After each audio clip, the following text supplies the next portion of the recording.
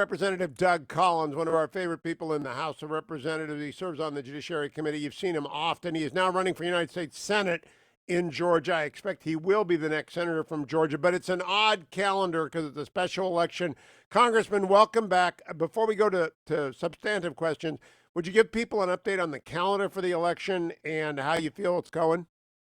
Well, I will do, Hugh. It's good to be with you again. Yeah, the election, the governor decided to have a special election actually on the general election day. So when everybody else is, we're getting the president reelected, getting David Perdue down here reelected, we're going to be on a special election jungle ballot, in which there's going to be 20 candidates. And in Georgia, what's going to happen is it's going to be me and probably the Democrat in a runoff during November and December down here. So that's coming along, but our campaign is doing great.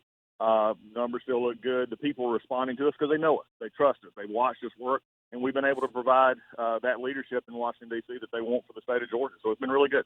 So I've got the second largest audience on the radio in Atlanta in the morning. And so I'd like you to talk to Georgians first and the rest of the country about what do you think of the state's reopening? What do you think of the country's reopening? Why do you want to be a senator? Well, two parts to that. Number one, the country needs to begin to reopen and continue the process of doing it in a safe and effective way, just like the president said and just like many of the leaders said. We've seen it happen, and here in Georgia, we're watching it. The numbers are going up, but we're also seeing the more severe cases and recovery cases are not as high here in Georgia and other places. Where they are, they need to take extra precautions.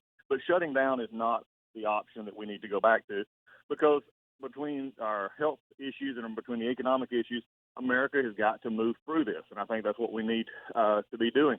And I think that's what leadership was for. When you ask me why I want to be, why we're running for Senate, it's leadership. It's about taking issues and making those priorities. When we've been fighting against the aggressive role of government in the House with Pelosi and Nadler and Schiff and looking at how they want to have a vision of America in which government takes more control, and we can see it here in the virus where they want to shut down business. They want to control more from the government perspective.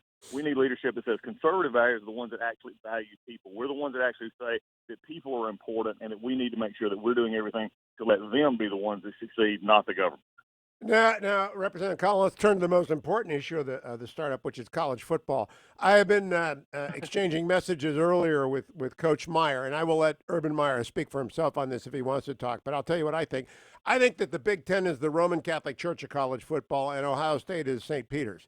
And we're going to work it out. But Georgia is also a religion when it comes to football, and you're in the SEC, which is the Reformation. You're shattered all over the place. Is there going to be Bulldog football?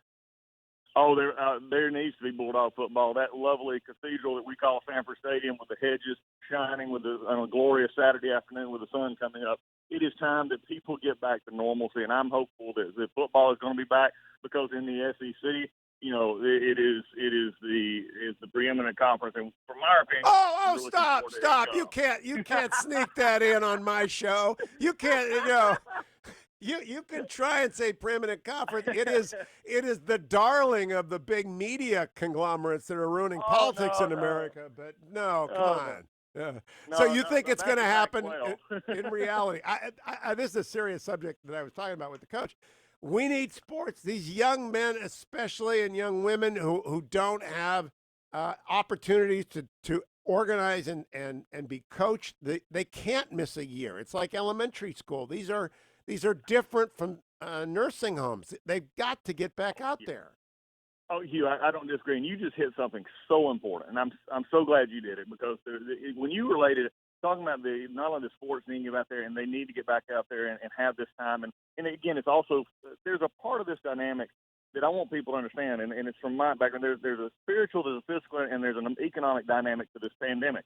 And you can't deny all three. You can't deny one or the other. And there's an emotional psychic when you look at this issue of people getting back to normal and having this. But you touched on it when you said elementary school. My wife just retired from teaching after 30 and a half years.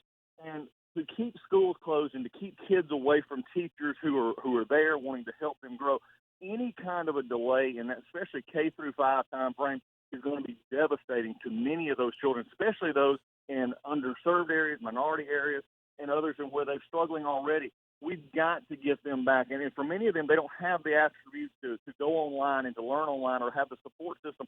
That's why, just as important as college football is, and I agree with you, from a national perspective, it is the same. It's the same dynamic for our schools, and it's really disturbing when we see more of a hesitancy there and say, oh, we'll just do it online or we'll do it another way. These kids need a teacher. They need a role model in their life. They need others around them socially so that they can learn and grow. Otherwise, we're going to see the effects of this not next year, but 5 and 6 years down the road. In elementary school, I made this the point of my first hour. There is no reason that K through 6 should not reopen across the United States. There might be a reason that teachers don't come back who are 55 or 60 years old and have underlying conditions. You might have to double up on classes. You might have to innovate. But I think the baseline is K through 6 is coming back everywhere, and we may have some high schools that are doing distance learning, but we're going to get teachers in there who can do it, and we're going to make it happen. Is that Georgia's approach, Representative Collins? It is. Right now, Georgia's approach is that we're seeing it. I mean, it's interesting. The more you're toward the metro areas, there's a little more hesitancy among some to go at it. But as you get outside of the metro area, especially I live about 60 miles north of Atlanta, and we're looking to start in schools and do give the option to the parents if they have issues or the children have issues that they can have some online experience there as well. But we are looking to start back in person, doing the things that need to be done to keep people safe.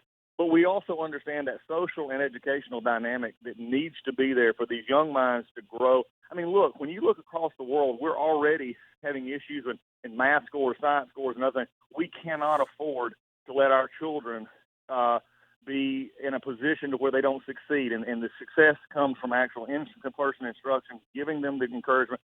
20% of every classroom could get by without a teacher. 20% on the other side probably have other issues that they just struggle all that. But that middle group needs that encouragement of a teacher and an in-classroom experience to grow and mature and to have their minds, enlarged, because education is the dynamic for our country. I'm talking with Congressman Doug Collins, currently representing Georgia. He is running for the United States Senate. On Election Day, there will be a primary, and then they'll have the final election in January. Congressman, I want to ask you about something I've discussed with a few people this morning. John Durham is the United States attorney who's been tasked with investigating the investigators. Prosecutors don't typically turn in a report. They either indict or don't indict. Both Byron York and Tom Cotton argued for a report in this instance if there aren't any indictments. I expect there will be some indictments. What is your opinion on this? I'm of the opinion that there will be indictments. That's what I feel. And I think there's two reasons for this. There's been too much going into it. Durham is an excellent prosecutor, and also the Attorney General has given him a lot of latitude and also help in this investigation, opening up doors in the intelligence community and others. I think what you're going to see is those indictments. But there's been two issues here. Number one, I think the COVID issue has slowed down the investigation with in-person interviews and others, and also with the grand jury issue as well, not being able to convene. So those are the things that I think have delayed it. My concern right now is that if he is ready, that he needs to get the indictments now. This is not a calendar election. This is not about when. It's just about getting to the truth and getting right. Remember, what he is actually investigating was actually the problems with a corrupt Department of Justice in the 2016 election. We need to get this out as quickly as possible, in my opinion, and I believe that's what's going to happen. What we don't need is another Mueller. What we don't need is another, this giant report that says, well, we came close. No, I believe there's going to be indictments at some point in this process, and I believe that hopefully they will come soon. You see, I do not want to establish a precedent of prosecutors giving us their opinion and when, hand grenades and horseshoe close counts. I don't like close. I think that is dangerous as can be. Well, it is dangerous. Think about this. It also subverts our American form of jurisprudence. And I had to fight this in the impeachment process, where we had the majority leader of the House of Representatives, Steny Hoyer, said basically you've got to prove you are innocent. That's not the American system of jurisprudence. It's the prosecutor has to prove that they can make their case. They make their case, and that's the way it goes.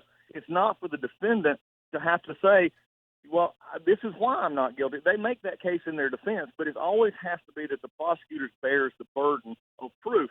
And what we're getting into now with the Comeys of the world and the others, they want to go out and instead of being able to make their case, they just want to plant seeds of doubt. This is the corruption of the left when they can't make their case, they can't sell what they're to the American people what they've got in their pocket that they want to sell to them, so they just plant seeds of doubt. And you're right, reports and half truths and half honesty and half kind of stuff are only serving to degrade our criminal justice system. Congressman Doug Collins, thanks for joining me. Collins for Georgia, GA, actually, Collins for GA. That's where you can follow him on Twitter. Stay tuned, America.